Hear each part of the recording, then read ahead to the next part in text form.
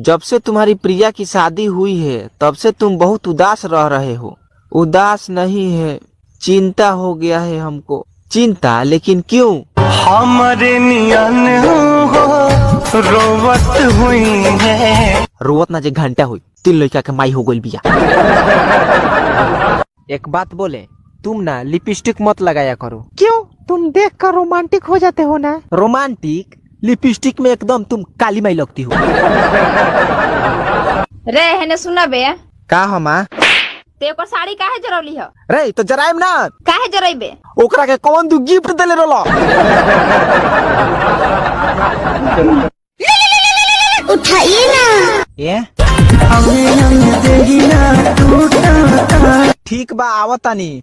मकई के नावा जैसे फूटा। हाँ, अगर जब बहाना कइले होखबे तो हम साचहु तुरेम।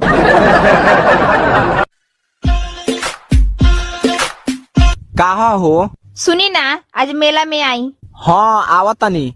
आव अकेले बारू नु? हाँ, हमार सहेली आ मौसी के 2 लड़की बालो आवतनी स।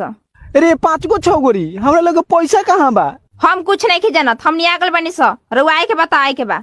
ठीक बा, आव सनिया। घर ही पर से छोड़ दे, मैं कहम कि छूट गइल हो।